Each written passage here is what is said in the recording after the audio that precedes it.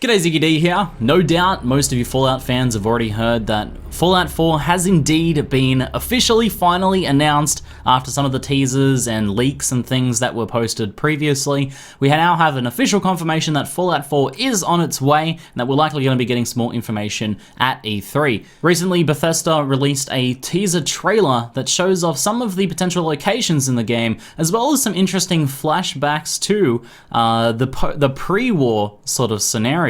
This could mean that we're going to have some gameplay situations where we maybe play someone before the war and someone after the war, maybe even the same person, potentially getting frozen in one of the vaults. That sort of thing has been done in other games.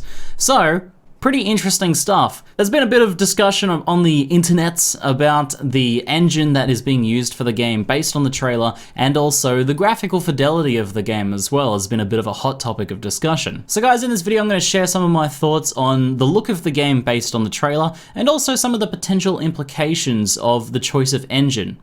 So first, let's talk about the graphical fidelity shown off in the trailer and also the overall look of the game from what we've seen so far. Now, this is only a very short trailer and it might not be anywhere near representative of the final title, obviously, but based on what we've seen so far, the first thing that really jumped out at me was overall this looks to be a much more colorful game. Now, Fallout is set in a post-apocalyptic wasteland, so you can expect a fair bit of desert and stuff like that, but a wasteland doesn't necessarily have to be entirely brown or yellow filtered, or those green filters or yellow filters that we've seen in the previous titles can get a little bit dull and grating over time.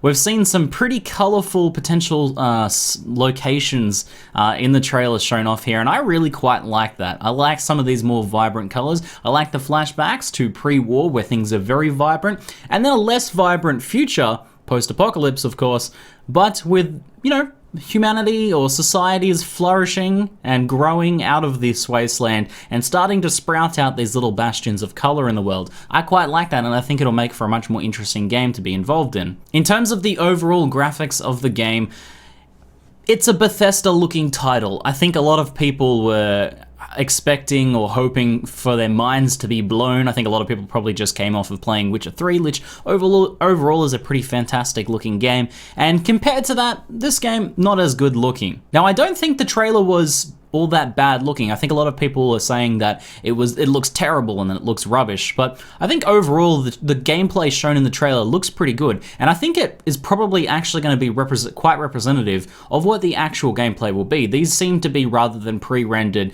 CGI trailers, these seem to be captured in-engine. And if that is the case, then I think Bethesda should be applauded for actually showing a realistic impression of what the game will look like at launch. So this kind of segues into the discussion of the potential engine that the game is going to be running on.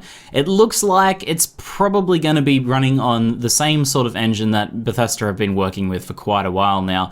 A heavily modified version perhaps of the Skyrim engine, or even some of the previous Fallout engines. Now, this was initially, to my disappointment, I was, like many people, hoping for a brand new engine built from the ground up, because that would allow them to do, move away from some of the restrictions the previous games had. I mean, I'm sure you guys can recall times where in Skyrim you were engaged in an epic civil war battle, something that would be written about in the history books for years to come, and it involved 6 people fighting 6 people. There's some disappointing restrictions on the engine, and it can also result in some of the aesthetic things that I think people are complaining about in this trailer, such as sort of like canned-looking movements, a little bit awkward movement of the models and things like that. It's a bit disappointing to potentially learn that there's not going to be a brand new engine for this game, and I think that's what we're getting from the trailer. Now, that said, Fallout New Vegas was released a long time before Skyrim, and Skyrim is, undoubtedly a much better looking game. They've done a lot of work to their sort of proprietary engine since the release of Fallout New Vegas with Skyrim. So if we are getting a modified version of the Skyrim engine, then that is still a big step up from what we've played in terms of Fallout in the past.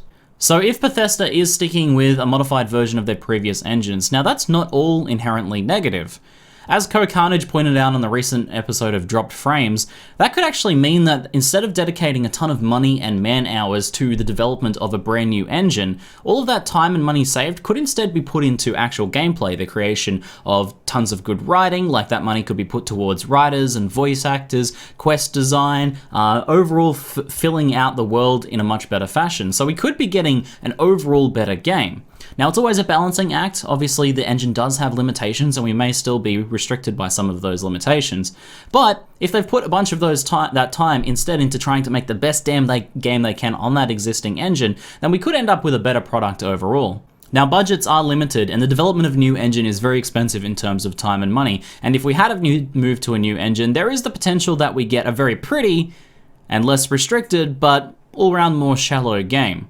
Now, the other thing to consider when it comes to engine is also the modding scene. This is probably one of the most important things when it comes to Bethesda titles. I mean, like many of you, I buy these games only partially for the actual built-in campaign scenario thing created by Bethesda. It's only like a quarter of the game for me. The actual modding potential of these games is what gives them their real longevity. I mean, I've played many times more hours of modded Skyrim than I have of vanilla Skyrim. So what does a new versus an old engine mean for modding?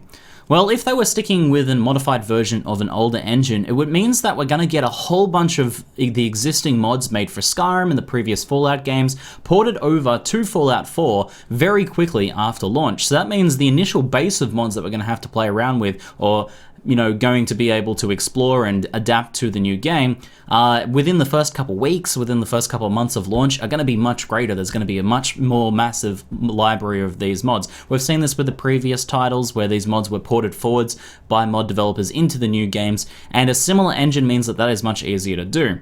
Now, on the flip side of things, having a new engine means that modders have a lot more potential with what they can do, as long as Bethesda carries forwards their existing support for modders. So that could mean that more mind-blowing, more fancy, more involved mods could be created on a new engine. So the long-term potential is maybe a little lower with the modified version of the existing engine, but if we do move forwards with a modified version of the existing engine, then we do at least start off with a whole bunch more mods. So, either way, there are some positives and some negatives either way to having a new or an old engine.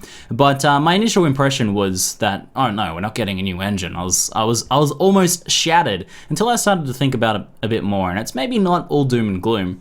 Anyway, guys, that's some of my thoughts on modding, the look of the game, and, the potential of being on a modified version of the old engine versus being on a new engine. I'm keen to hear what you guys think. Leave your comments in the comments below and I'll check them out and maybe we'll have a bit of a discussion down there. That's it for now. I'm ZiggyD, and thanks for watching.